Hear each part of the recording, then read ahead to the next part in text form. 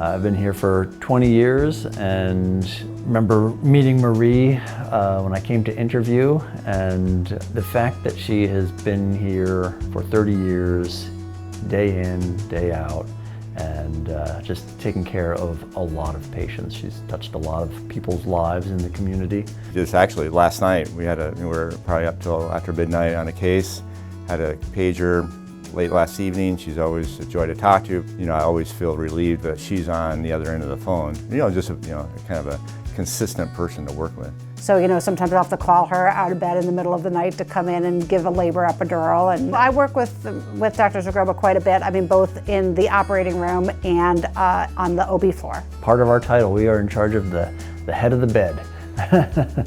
Anesthesiologist, Marie's going to be responsible getting the patient off to sleep and comfort. So she's there talking to the patient, reassure them and talk to them, make sure everything's going on. Plus they got all the responsibility of the monitors, as far as their vital signs and everything else that's going on. So a lot to kind of juggle. Taking care of all the aspects of the patient that aren't the surgery itself. I think that she always is really good at showing that she cares about the patient, and also that she's always a fantastic team player. She's always very thoughtful in terms of how to talk about how different procedures that we could do a little bit better, a little bit different. And most recently, she is the EPIC champion or super user for the anesthesia department. I know she puts a huge importance on family, always been a role model for someone who tries to balance that work-life equation. She can give and give and give. Probably about 23 years ago, we were up at Cochrane's actually. I think the ski week, they have a time where you can teach your children to ski, and we were up there. I was up there with my family, and she was just coincidentally up there doing the same thing we were, and kind of crossed over, and oh hey, great.